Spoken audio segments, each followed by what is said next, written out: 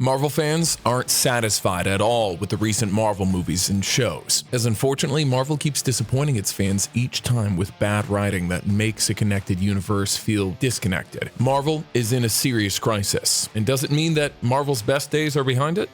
The MCU is a beautiful cinematic universe that started back in 2008 with Iron Man. In the beginning, Marvel started developing slowly the stories of main characters that would construct the Avengers team. Marvel didn't rush at all with forming the Avengers team, but they were giving each important character its own story that would make him relatable to the audience. Each character had its struggles and problems. Tony Stark's hero journey started with him struggling with terrorists and decided to become a hero that fights them, and he intended that he would never allow Stark weapons to be used in wars. Captain America's hero journey started when he joined the military force, where he went through many hardships that affected his character, and then he got the serum that would give him superhuman physicality and abilities. These two are only examples of how Marvel was good at building and developing stories that would later pave the way for all Marvel heroes at the time to meet each other and fight big threats that were really threatening the universe. And when all the original MCU characters constructed a team called the Avengers, there was a room open for other characters who share the same mission to join their team. This is how I've seen characters like Spider-Man, Doctor Strange, Black Panther, and other characters become Avengers themselves. Despite the different stories, every story made sense in the big picture because all the characters cross paths with each other. And when big threats like Thanos showed up,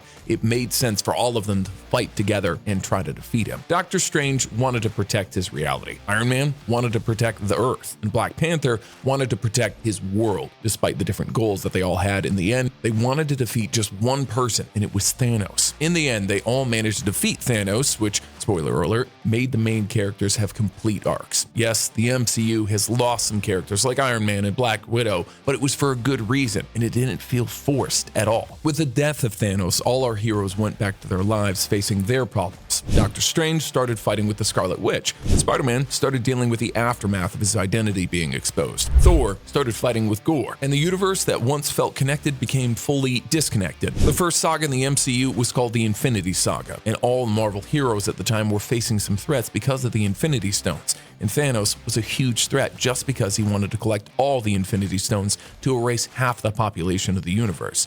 But in the newest MCU saga, which is called the Multiverse Saga, it seems like each character is only fighting with his struggles, and it doesn't seem like there's an end goal that Marvel heroes are heading to. And in the Multiverse Saga, where the multiverse is supposed to be a problem for all Marvel heroes, I've seen it being a problem with only two characters, which are Spider-Man and Doctor Strange, while I didn't see the multiverse itself being discussed at all with any other heroes. While in the Infinity Saga, almost every movie had something to do with the Infinity Stones. It seemed that each character, like Moon Knight, She-Hulk, Spider-Man, and all the other characters, live in a separate universe, while they're all in just one universe. Yeah, some of the characters cross paths with each other from time to time, but in the big picture, everything feels disconnected. Trust me, with the current status of Marvel, you can easily convince people that Moon Knight, She-Hulk, and Echo are in a different universe from the one with Doctor Strange, Captain Marvel, and other characters because of the lack of connectivity. While Marvel promotes the Multiverse Saga as 3 phases that will end with 2 major movies, which are Avengers: The Kang Dynasty and Avengers: Secret Wars, where the main Marvel heroes will have to deal with Kang and its variants. While we're approaching the end of Phase 5, Kang still doesn't appear to be a big threat like Thanos, as for now, we've only seen 2 major characters having a conflict with Kang. We saw how dangerous Kang is in Loki Season 1, and we saw that He Who Remains had a multiverse war with the other Kang variants, and he won the war in the end. We know that he built up the TVA to keep the multiverse safe from any Kang variant that would show up. We know that He Who Remains was killed at the end of Loki Season 1.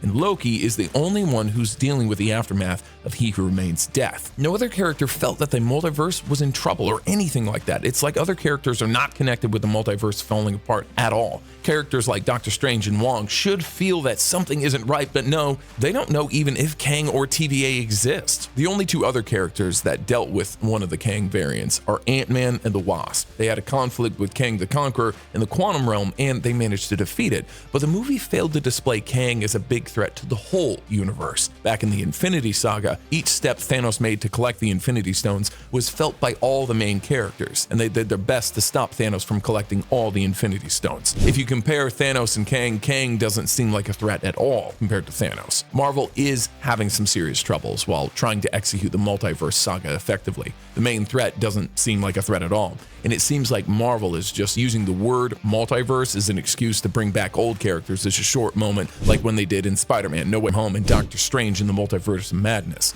Because this was the only use of the multiverse. I didn't see a true use of multiversal variants, and I didn't see a deep dive into other multiverses. The only movie that was supposed to take us on a journey into the other universes was Doctor Strange in the Multiverse of Madness, and it got us disappointed as it showed us only one new universe. And since then, we didn't see anything about other universes until Loki Season 2, which showed us some timelines, but the focus was only on the timeline of Victor Timely, who's considered to be a variant of Kang.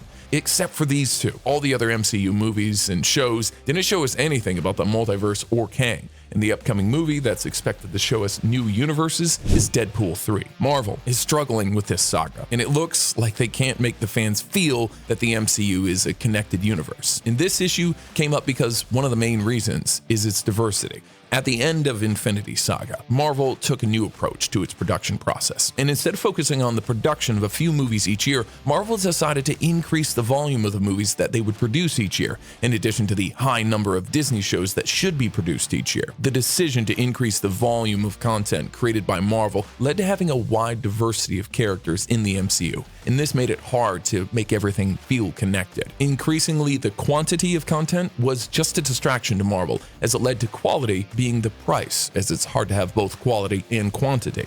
The Infinity Saga was so special because Marvel had only a few movies each year that they should focus on. The drop in the quality was also caused by bad writing, because in the Multiverse Saga, the only thing that seemed like it was planned was bringing back old characters from the old Sony and Fox movies. Yes, cameos are good, but they could have been so much better if Marvel focused instead on recasting them as new characters and slowly developing their stories into the MCU. Sometimes it feels like Marvel was putting on some cameos and expecting that it was the factor that will make it a good movie, and the best example of that is Doctor Strange in the Multiverse of Madness. There were some good cameos, but the overall writing of the movie wasn't as good as expected. Cameos will not make a movie look good if it has bad writing, and since I mentioned the bad writing, Marvel's biggest issue currently is bad writing. If they just took the time to write a good story for each movie, they could have made the majority of the post-game movies much better. After Endgame, Marvel didn't seem to have a clear plan of what they should do next. The only thing that they had planned was to make Kang the next major threat in the MCU. And Marvel is having some inside struggles now to whether or not replace Kang with Doctor Doom as the next big threat in the MCU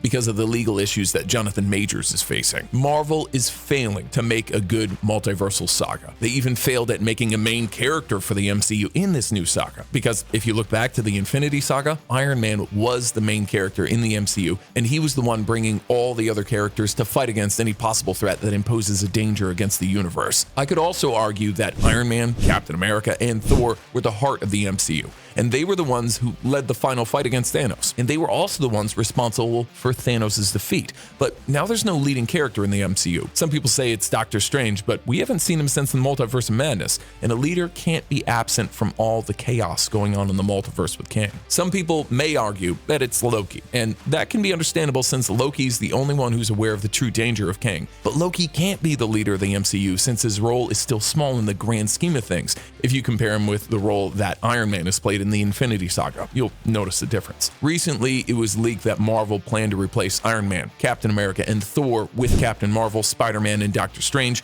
and unfortunately, they changed their plans because Captain Marvel isn't a beloved character by fans. Spider-Man belongs to Sony, and they can take it back at any moment. And for Doctor Strange, it seems like bad writing has got him out of the way, as his last movie wasn't well received by Marvel fans. All the issues that Marvel is having with the Multiverse Saga got the fans dissatisfied with the recent content that they have, which pushed Marvel to think about something new they can do to save the rest of the Multiverse Saga. They decided to lower the amount of content they produce each year and focus more on quality instead of quantity.